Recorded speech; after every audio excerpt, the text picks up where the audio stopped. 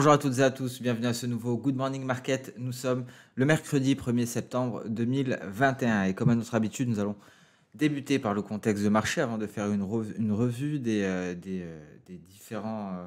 différents compartiments. Alors, le contexte de marché, un contexte qui est plutôt chargé en Europe, et il y a une publication qui a suscité des commentaires de représentants de la Banque centrale européenne. D'ailleurs, on remarquera qu'en Europe, la séance commence en territoire nettement positif avec un nouveau test peut-être du seuil psychologique des 16 000 points pour le DAX, et cette fois-ci, ce sera peut-être la bonne. Alors, ce qui a suscité quelques commentaires de représentants de la BCE, c'est l'inflation dans la zone euro qui a surpris à 3% en glissement annuel pour le mois d'août. Les prévisions étaient de 2,8% en glissement annuel. Alors, ça a suscité des commentaires, donc tout d'abord de l'un des membres de la Banque centrale européenne, Holzmann, qui a déclaré que la Banque centrale devait commencer à envisager de réduire ses achats d'obligations d'urgence et se concentrer sur des outils qui l'aideraient à atteindre durablement son objectif d'inflation de 2%. Cela n'a pas convaincu visiblement les investisseurs du marché boursier européen. On atteste le repli ici du DAX. Alors, on notera également le vice-président de la BCE de Guindos qui a déclaré hier que la croissance de l'économie de la zone euro s'avérait plus rapide que prévu, ce qui se reflètera dans les projections publiées dans les prochains jours. Alors, les valeurs du secteur du voyage ont également été frappées après que l'Union européenne a recommandé une suspension de tous les voyages non essentiels en provenance des États-Unis dans le contexte de la flambée actuelle des cas de Covid-19. Par ailleurs, les données PMI en provenance de Chine a renforcé les signes de ralentissement de l'économie de la deuxième économie mondiale, mais ça a également ravivé les espoirs de nouvelles mesures de relance. Alors, donc tout cela a empêché le DAX à se hisser au-dessus des 16 000 points, un DAX qui a enregistré tout de même une forte baisse en journalier, et le DAX qui revient à l'attaque ici du seuil psychologique des 16 000 points à 15 952 au moment de l'enregistrement de ce Good Morning Market à 9h12. Sur le vieux continent, aux États-Unis, pardon, je vais y arriver, les indices ont également reculé après avoir atteint des sommets, et c'était principalement en raison de données macroéconomiques plutôt mitigées. D'une part, la hausse des prix de l'immobilier qui a ravivé les craintes d'un tapering imminent. D'autre part, l'indice de confiance des consommateurs qui a fortement chuté. On notera que le rapport d'hier a montré que les prévisions d'inflation annuelle ont bondi de 6,6% à 6,8%, à nouveau plus haut depuis 2008. L'or se maintient à des niveaux relativement élevés, à l'heure actuelle 1814,46 dollars l'once, dans l'attente des données concernant le marché du travail, les données de vendredi. Le pétrole brut se négocie également aux portes sur ses récents sommets. Alors d'un côté, nous avons une baisse massive de la production aux États-Unis en raison de l'ouragan, et d'autre part, la probable nouvelle d'augmentation de la production par l'OPEP+, même si c'est conforme au plan précédent. Mais de récentes informations indiquent tout de même une augmentation de la demande en provenance de Chine. La réunion de l'OPEP+, sera donc un événement clé de la séance d'aujourd'hui. Donc cette réunion ministérielle de l'OPEP+, qui débute cet après-midi. Mais on prendra également connaissance des PMI qui rythmeront la séance, l'ISM aux États-Unis, et les résultats de l'enquête ADP sur l'emploi privé aux États-Unis pour le mois d'août. Ça sera donc, comme d'habitude, un aperçu du rapport mensuel du département du travail, un aperçu de ce rapport NFP qui sera publié vendredi à 14h30. Alors voilà pour le contexte de marché. On passe sans plus tarder sur les indices boursiers avec cette belle hausse matinale du DAX à la conquête, peut-être très prochainement, du seuil psychologique à 16 000 points. Vous voyez, hier, on allait tester les 16 000 avant de se retirer pour une clôture dans le rouge. On repart et on a plus largement ici les 15 973 points avant les 16 000 points. Vous voyez le repli d'hier qui nous a fait... on est repassé sous le nuage avant de rebondir. Donc peut-être une reprise haussière, peut-être que nous allons marquer de nouveaux records historiques très prochainement sur le DAX. On n'en est pas loin. En tout cas, le Nasdaq, lui, semble bien orienté pour un nouveau record historique. Encore une fois, vous voyez, un Nasdaq à 15 635 points au port du seuil psychologique, de la barrière des 15 700 points. Alors j'ai eu une question hier d'ailleurs par rapport aux objectifs. Lorsque l'on traite un actif comme le Nasdaq, c'est-à-dire un actif qui est sur des records historiques, comment avoir des objectifs? Il y a plusieurs manières de le faire, chacun a sa manière en soi, il n'y a pas de règle. Tout d'abord, on peut viser les seuils, les chiffres ronds, 15 700 points, 15 800, 15 900, et bien entendu les seuils psychologiques comme 16 000 points. Ça, c'est une première manière de voir les choses. Ensuite, ce que l'on fait très souvent, on a les retracements externes de Fibo. Vous voyez ici, ça nous a donné pas mal d'objectifs sur des records historiques. On avait les 14 589 points, c'était le retracement externe à 127,2%. On avait les 15 242 points, c'était le retracement externe à 161,8%. Des records historiques qui ont été atteints. Le prochain est certes beaucoup plus éloigné, à 17 120 points. Et nous avons les projections d'Osoda. Ce sont des outils que l'on utilise donc sur des records historiques. Ma manière à moi de fonctionner, les outils que j'utilise, tout d'abord, ce n'est pas un outil, ça va de soi, ce sont les chiffres ronds, nous l'avons dit, et les seuils psychologiques. Ensuite, retracement externe de Fibonacci et les projections d'Osoda. Donc voilà pour ces méthodes afin de définir des objectifs sur des records historiques, parce qu'effectivement, la difficulté sur des records historiques, les cours on est en terrain inconnu, les cours n'ont jamais été à ces niveaux-là, donc on n'a pas de support ou de résistance, parce qu'on détermine des supports ou des résistances par des interactions passées des cours avec ces niveaux-là. Et par définition, sur des records historiques, les cours n'ont jamais atteint ces niveaux, donc on ne connaît pas les zones de réaction des prix, des cours. Tout ce que l'on a, ce sont les chiffres ronds et les seuils psychologiques. Donc voilà pour le Nasdaq, 15 700 points. Le prochain chiffre rond. On avait avant cela des projections d'Osoda. C'est comme ça qu'on a travaillé, c'est comme ça qu'on a accompagné cette hausse. On avait un premier objectif à 15 140, cette projection. Ensuite, on en dessine une nouvelle à partir de l'objectif qui a été atteint. Et on avait ici les 15 534. Et d'ailleurs, hier, nous étions en train de dire que ce niveau était en train d'être dépassé et qu'un repli, une prise de bénéfice était envisageable pour y revenir, pour aller se placer légèrement en dessous. C'est ce qui s'est passé. On est allé légèrement en dessous avant de repartir de plus belle. Alors à présent, S&P 500, même topo, on enchaîne les records historiques ici. On va enfin réussir. Vous voyez, on avait encore une fois un objectif sur un record historique. Objectif qui a été atteint cette fois-ci très précisément.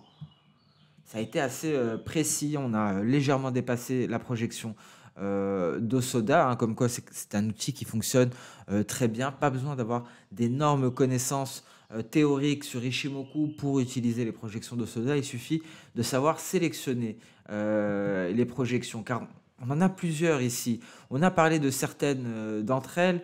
On avait parlé du triple E. À un moment, on était à la conquête des différentes configurations en triple E.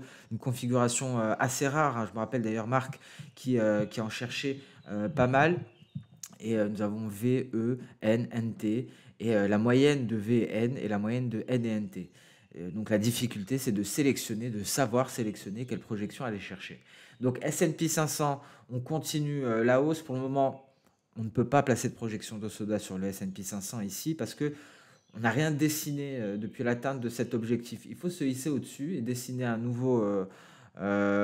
nouvelle vague pour avoir des objectifs.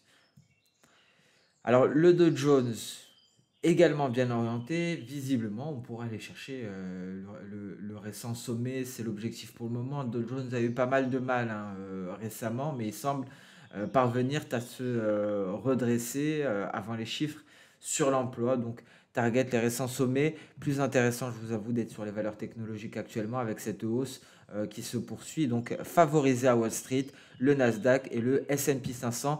Mais le mieux, c'est d'attendre un achat sur repli, hein. Autant hier, il n'était pas opportun de se positionner sur le Nasdaq, nous l'avions dit, il valait mieux attendre un repli. Le repli, on l'a eu, et le mieux était d'acheter ici les 15 534 points. Donc achat sur repli pour les valeurs technologiques, Dow Jones, on laisse de côté, on attend de voir les données sur l'emploi américain. Le Bitcoin, bon, il n'arrive pas à se hisser au-dessus, à clairement clairement s'installer à la hausse. On est toujours dans ce petit range. On est en train d'osciller aux alentours des 47 000 $. Rien à signaler tant qu'on se situe à l'intérieur de ce rectangle. On attend la sortie par le haut ou par le bas. L'Ethereum, vous voyez, hein, donc très belle impulsion haussière. Il y avait eu un beau signal Ishimoku ici qui avait été donné, mais très volatile tout de même l'Ethereum. Et vous voyez, on est en train de donner un signal haussier. Prochaine cible, 3781 $ ici.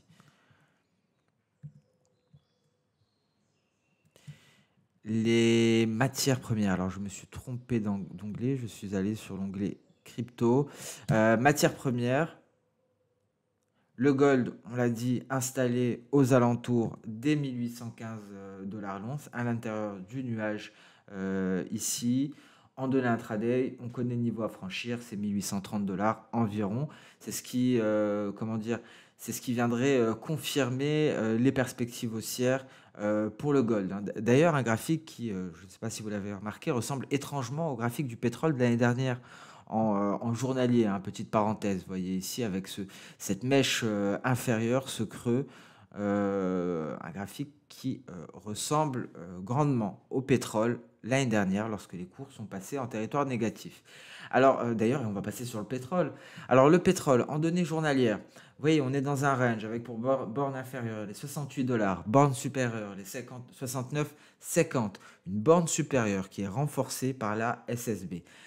Alors ici, visiblement, on a un drapeau. Alors, on va parler donc chartisme, vu que nous avons la chance d'avoir une figure. On va rappeler les différents objectifs théoriques. Pour ceux qui le connaissent déjà, je sais que je me répète souvent là-dessus, mais croyez-moi, je suis persuadé que ça sert à beaucoup d'auditeurs. On a deux objectifs pour ce genre de figure. Tout d'abord, ce qu'il faut savoir, c'est que les probabilités, d'un point de vue probabilité, on sort de cette figure par le haut.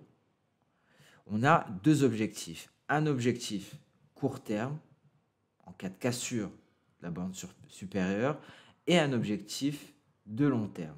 Vous l'aurez compris, l'objectif court terme, c'est la hauteur de la figure.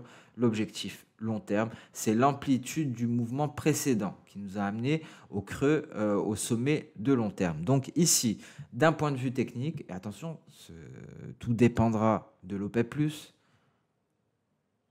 on a deux objectifs, 77, 80, et ici, on va retrouver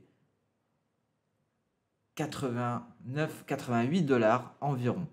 Donc, deux objectifs pour cette figure chartiste en cas de cassure de la borne supérieure de notre drapeau et donc, par la même occasion, en cas de franchissement du nuage. Donc, voilà pour ces objectifs-là. Bien entendu, on aura également, comme à chaque sortie de figure chartiste, une projection d'Osoda, hein, ça je vous le rappelle, ça fonctionne très bien également. Ça vous permet d'avoir ici par exemple trois objectifs. Vous voyez, si on va imaginer une hausse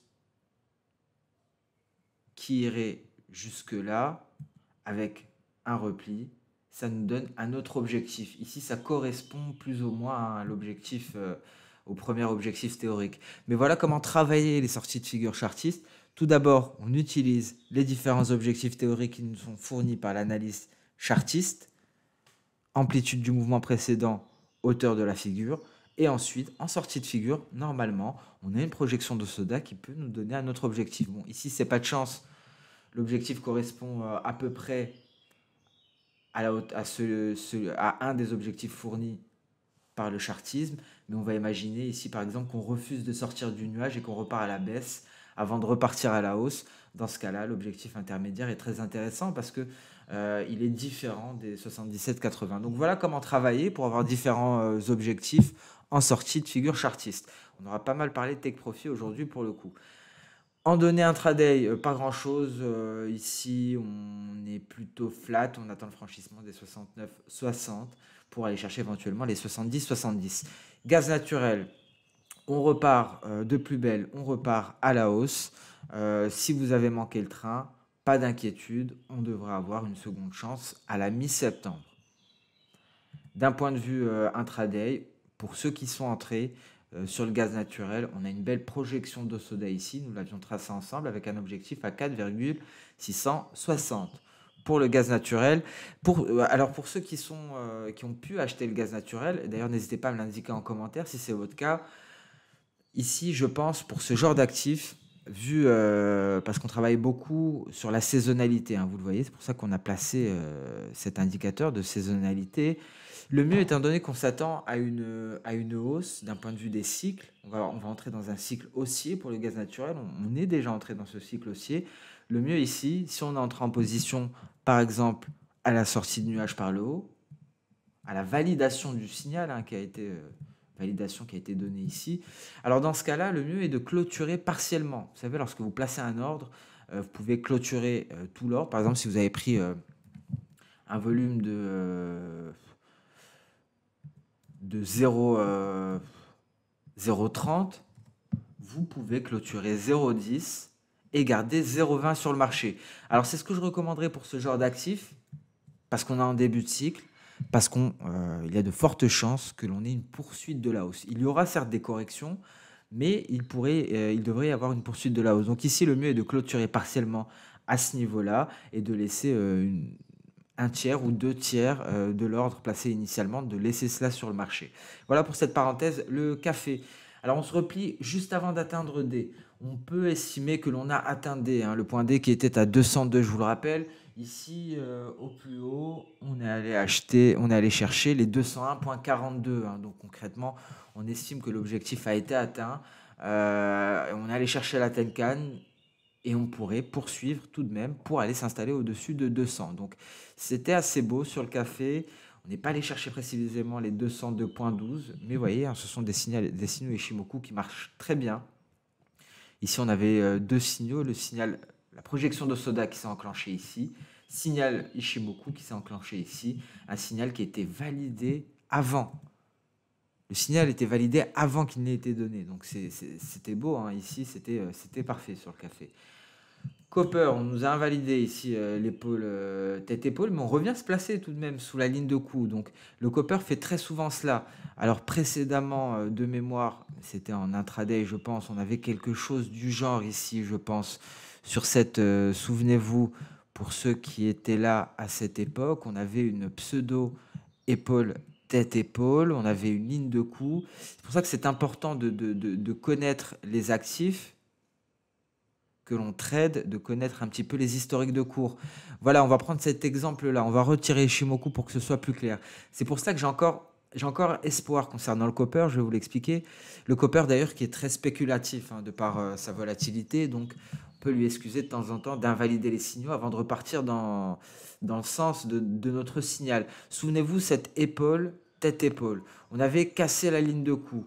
On s'était pas mal replié. On allait se hisser par la suite au-dessus de la ligne de coup. Ici, vous voyez. Et ensuite, on est reparti de plus belle. On est reparti à la baisse pour aller réaliser l'objectif théorique de cette figure en épaule tête épaule. Vous voyez, l'objectif théorique était ici. On est allé le réaliser. On est allé chercher très précisément l'objectif théorique, malgré le fait que juste avant, on ait soi-disant invalidé le signal à ce niveau-là. Vous voyez. Invalider la figure chartiste en réintégrant, en repassant au-dessus de la ligne de coup. C'est pour cela que j'ai encore espoir à ce niveau-là. C'est exactement la même chose, mais en journalier. Vous voyez ici, on est allé invalider le signal et on repart à la baisse. Donc, on garde un œil sur le métal rouge. On passe à présent sur le marché d'échange. C'est pour ça que c'est important d'étudier les historiques de cours pour voir le comportement de chaque actif. Je n'aurais pas raisonné de la même manière sur l'euro-dollar. L'euro-dollar, une fois qu'il aurait invalidé le signal, je passe à autre chose. Le copper, d'expérience, je sais que l'on peut se hisser au-dessus de la ligne de coup et de repartir de plus belle pour aller chercher un objectif théorique que l'on n'avait pas atteint précédemment. Le biais vert, vous voyez ici ce rebond sur le nuage, hein, donc c'est pour cela qu'on était tout de même perplexe. Malgré cette configuration chartiste en données H4, on s'était dit qu'on allait peut-être rebondir sur ce palier d'SSB. C'est ce qui est arrivé, parce que l'on avait ici tout de même un nuage en données journalières. C'est ce qui est arrivé, donc rebond du biais vert, un biais vert qui échoue tout de même au contact de la Kijun, aux portes de la Kijun. L'euro-dollar, donc en conséquence, s'est replié, même configuration, il est allé chercher son nuage. Et vous voyez donc repli de l'euro-dollar. aux alentours des 1,18. Alors à présent, si on casse réellement les 1,18, on pourra aller chercher les 1,1760 sur l'euro-dollar. C'est un scénario qui se tient clairement. Et en plus de cela, le repli est intervenu après avoir atteint l'objectif, la projection d'Osoda. Donc les projections d'Osoda également, lorsque l'on a une certaine expérience, hein, on arrive à déceler des points de retournement, parce que ce sont très souvent des points de retournement, hein. Ça a été le cas pour l'euro-dollar, ça a été le cas également pour les indices. Alors, vous voyez, encore une fois, l'Eurocad, on s'y est intéressé, hein, pour notamment l'overbalance, mais vous voyez comme on a du mal à franchir la borne supérieure de cette géométrie de marché. On est en train de se replier, c'est un signal de vente Ishimoku qui pourrait être validé très prochainement par la Chikuspan. GBP USD, on est collé au bas de nuage. GBP CHF, alors, on est en train de renverser ici les perspectives, hein. On est en train de passer en acheteur, hein. Donc, je sais que certains d'entre vous sont sur le GBP CHF et même à l'achat. Et là, c'est en train de se confirmer, hein. Finalement, le GBP CHF parvient à se redresser à la séance d'aujourd'hui sur la capitale pour le GBP CHF. GBP Yen, même topo, sauf que ici, le GBP Yen a un peu plus d'avance. Le signal d'achat a d'ores et déjà été validé. Donc, très belle dynamique ici pour le GBP Yen, peut-être même bon, un triangle ascendant, mais la figure n'est pas très belle. USD Yen, des perspectives bientôt haussières, peut-être. On va sortir du nuage, mais je pense qu'il faut une cassure des 110 950 pour renforcer ces perspectives-là. AUD-USD, hein, la hausse se poursuit après avoir marqué un creux, sorti par le bas de ce drapeau, hein, souvenez-vous. On en avait parlé, c'est tout ce qu'il y a signalé grosso modo sur les paires de devises. Et je vais donc mettre un terme à ce Good Morning Market. Merci à toutes et à tous pour tous ces commentaires, pour votre fidélité, hein. J'ai la sensation que la communauté s'agrandit. Et j'en suis ravi. Très souvent, je vois des commentaires de nouveaux auditeurs. Ça fait toujours plaisir. Donc, n'hésitez pas. N'hésitez pas si vous avez des questions, tout d'abord des remarques ou tout simplement à nous faire un petit coucou en commentaire. Merci à toutes et à tous. Excellente séance de trading. On se donne rendez-vous dès demain pour le prochain Good Morning Market. Et je précise également, lorsque vous avez des commentaires, lorsqu'il y a des commentaires par rapport aux équipes XTB, pas seulement par rapport à l'analyse, hein, je le transmets toujours. J'en ai eu un récemment, un client qui est très satisfait des équipes XTB d'une manière générale. Donc, votre message a bien été transmis et je vous remercie. Très bonne journée et à demain pour le prochain GMM. Au revoir.